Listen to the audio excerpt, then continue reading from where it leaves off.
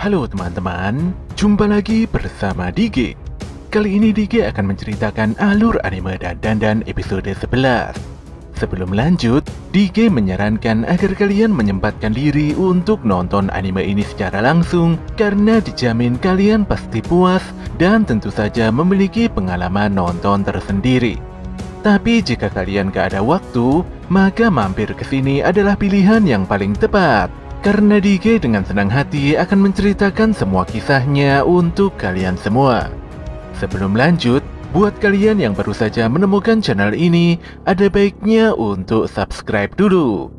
Jangan lupa juga untuk menyalakan notifikasinya, agar kami semakin semangat untuk menghadirkan konten-konten terbaik buat kalian. Oke, langsung saja. Persiapkan diri kalian and enjoy!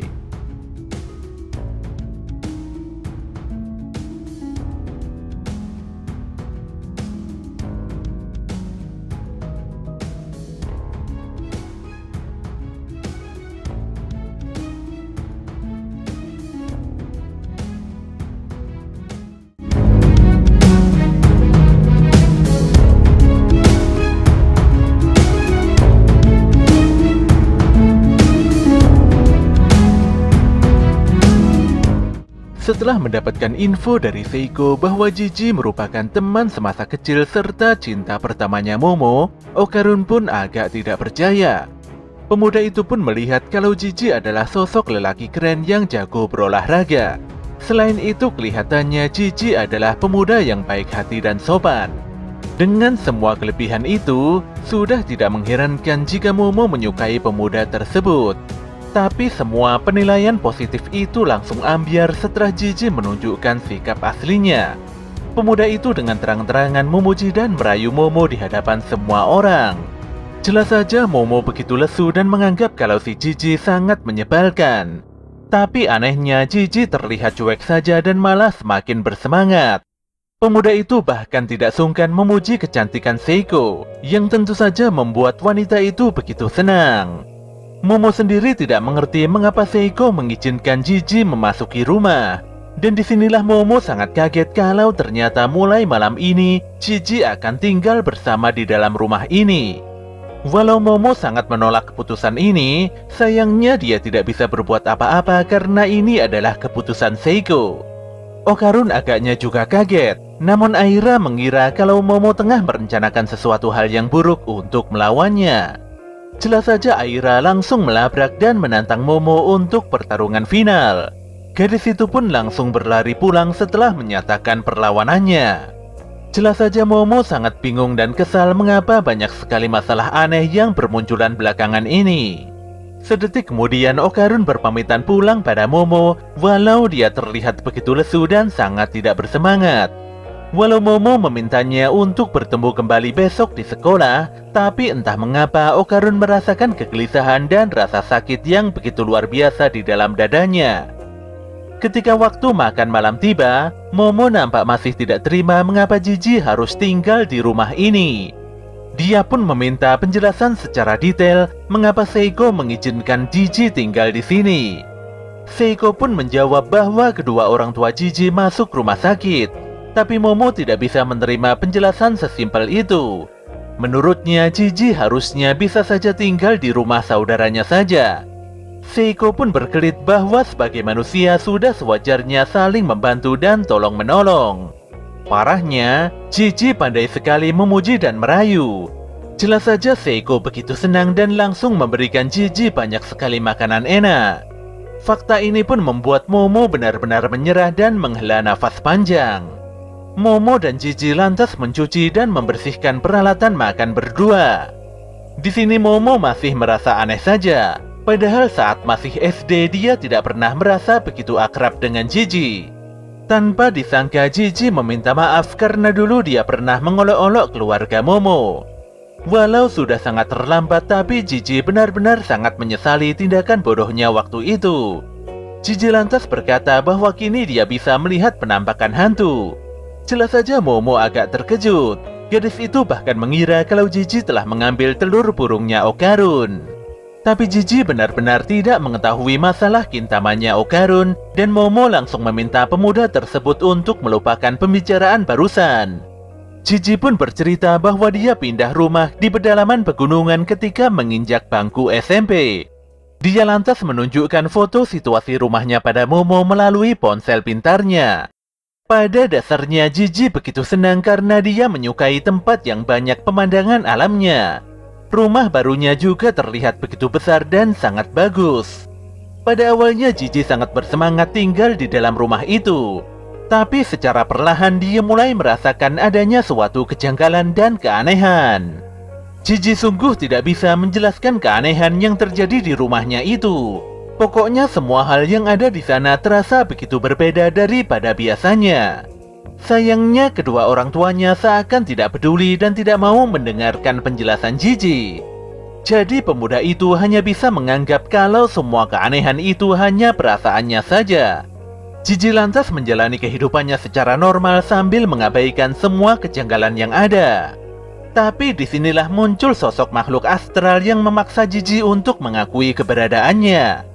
Hantu itu dengan sengaja telah menampakkan dirinya di hadapan Jiji. Dan sejak saat itu Jiji selalu bisa melihat sosok hantu mengerikan tersebut. Anehnya, kondisi kesehatan kedua orang tua Jiji nampak semakin memburuk pasca insiden penampakan itu.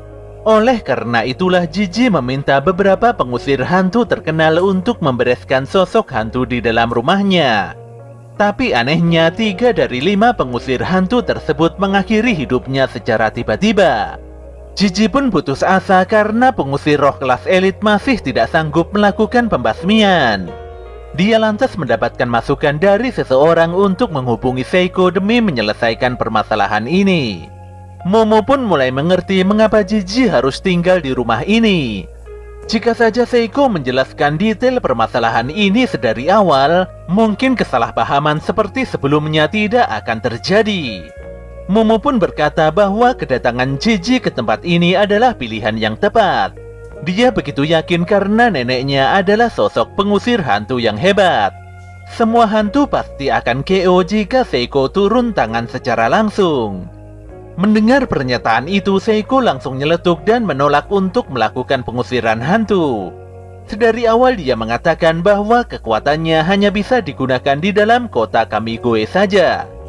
Wanita itu pun menjelaskan bahwa yang akan menyelesaikan masalahnya Jiji adalah si Momo sendiri. Tentu saja Momo sangat kaget melihat neneknya berkata begitu. Tapi di sini Seiko berkata bahwa mungkin saja telur burungnya Okarun ada di rumahnya Jiji. Bagaimana tidak? Sebelumnya Jiji tidak bisa melihat hantu dan kini tiba-tiba saja dia bisa melihatnya. Kemungkinan besar ini berkaitan erat dengan Kintama. Seiko akan menuruti semua permintaan Momo selama gadis itu mau diajak kerjasama. Dia pun meminta Momo untuk berangkat dan mengeksekusi rumah terkutuk milik Jiji. Pada keesokan harinya, Jiji memperkenalkan dirinya sebagai murid pindahan sekolah baru. Tapi parahnya dia malah sekelas dengan si Momo.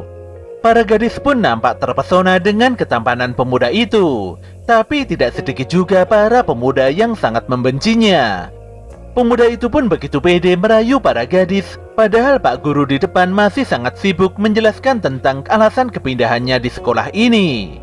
Miko dan Muko bahkan sampai terbuai. Sementara Momo nampak begitu malu melihat kelakuan aneh teman semasa kecilnya itu.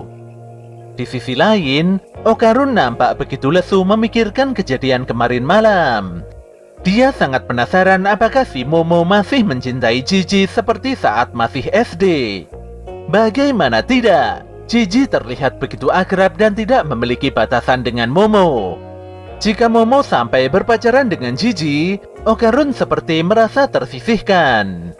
Dia juga sempat berpikir apakah Momo masih mau berteman dengannya lagi dan berhenti membicarakan hal tentang okultisme serta lainnya. Walau benar-benar sangat depresi, tapi Okarun berusaha bangkit dan menyemangati dirinya sendiri.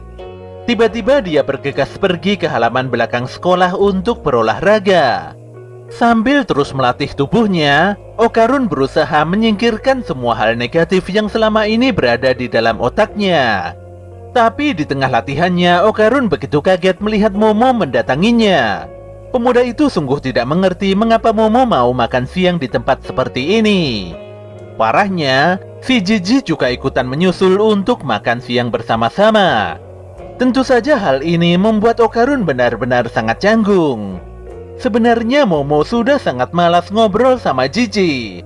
Tapi entah mengapa gadis itu jadi sangat bersemangat setelah Jiji membawakannya minuman yogurt spesial. Hati Okarun pun sangat sakit melihat kembali keakraban Momo dan Jiji. Disinilah Okarun segera berlalu dan berjanji untuk tidak menemui Momo lagi. Menurutnya ini adalah jalan yang terbaik untuk hubungan mereka berdua. Namun saat itu juga Okarun begitu kaget karena melihat sebuah patung anatomikal berlari kencang menuju arahnya. Jelas saja pemuda itu berteriak histeris dan berlari sekencang-kencangnya. Momo dan Jiji yang melihat kejadian ini juga sangat tercengang. Tapi Momo langsung pasang badan dan memperingatkan patung pelari itu untuk segera berhenti. Khawatir dengan keselamatan Momo, Jiji pun segera mendorong dan menyelamatkannya. Disinilah Momo menyadari kalau selangkangan si patung bersinar dan berwarna emas. Dia pun berkata mungkin itu adalah Gintama atau telur burungnya Okarun. Pun demikian, gadis itu tetap melepaskan kekuatan espernya untuk menghentikan patung pelari yang bernama Taro tersebut. Tapi Taro tidak mau berhenti berlari hingga membuat Momo dan Jiji terhempas mengikutinya. Okarun pun juga meminta Taro untuk berhenti dan melepaskan Momo. Sadar kalau usahanya sia-sia, Okarun lantas melepaskan semua beban di tubuhnya dan berubah wujud dengan kekuatan spiritual nenek turbo. Pemuda itu pun berlari kencang untuk mengejar si Taro.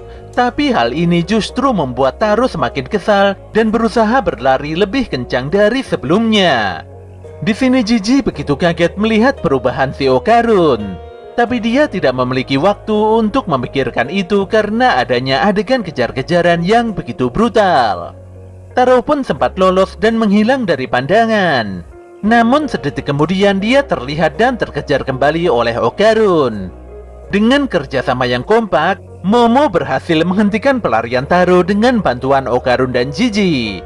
Namun demikian Taro menolak untuk menyerah dan terus bertahan agar tidak tertangkap. Dikarenakan usahanya yang begitu ngotot, tubuh Taro pun terlepas dan berhamburan kemana-mana. Tapi sedetik kemudian anggota tubuh itu kembali menyatu dan langsung meninggalkan Momo serta yang lainnya. Sayangnya, walau sudah dikejar sedemikian rupa, namun si Taro benar-benar menghilang bak di telan bumi. Momo pun berjalan pelan sambil memukul sebuah benda yang ada di tangannya. Anehnya bersamaan dengan itu suara jeritan Taro terdengar begitu jelas. Tanpa banyak berpikir, Okarun dan Jiji pun mengikuti langkah Momo hingga ke sebuah situs pengolahan sampah. Di sana mereka menemukan si Taro yang tersungkur dan tidak berdaya. Momo bisa mengetahui keberadaan Taro karena sebelumnya saat tubuh Taro tercerai-berai, Momo berhasil menangkap jantung milik patung anatomikal itu. Jadi sudah tidak mengherankan jika jantung tersebut dipukul maka Taro akan meraung kesakitan. Momo pun berkata bahwa dia sama sekali tidak berniat untuk menangkap Taro atau semacamnya. Jika Taro berjanji tidak kabur lagi, maka Momo akan segera mengembalikan jantungnya. Taro pun agak ketakutan sekaligus bingung. Tapi sedetik kemudian, tiba-tiba saja muncul suara wanita dari balik puing sampah yang memanggil-manggil nama Taro. Taro pun segera bangkit dan berusaha mencari sumber suara tersebut. Walau suara wanita itu meminta Taro untuk kembali, tapi Taro tidak peduli dan terus berusaha mencari. Patung itu pun terus merangkak ke atas, dan akhirnya berhasil menemukan sosok patung anatomika lain yang dipanggil dengan nama Hana. Taro pun mengungkapkan kalau dia melakukan semua ini karena sangat mencintai Hana. Sejak pertama kali berjumpa dengan Hana, hidup Taro yang dulunya kelabu tiba-tiba jadi berwarna. Walau dibuat di era yang berbeda, tapi Taro menunjukkan kalau hatinya tulus mencintai Hana apa adanya. Dia pun mengajak Hana melarikan diri bersama-sama. Jika tidak berhasil melakukannya, maka ini akan menjadi penyesalan terbesar Taro di dalam hidupnya. Disinilah Okarun merasa kalau kisahnya Taro dan Hana tidak ada bedanya dengan kisahnya bersama Momo. Dia lantas menegakkan badannya, dan sepertinya dia ingin mengungkapkan segala kegundahan yang selama ini tertahan di dalam hatinya.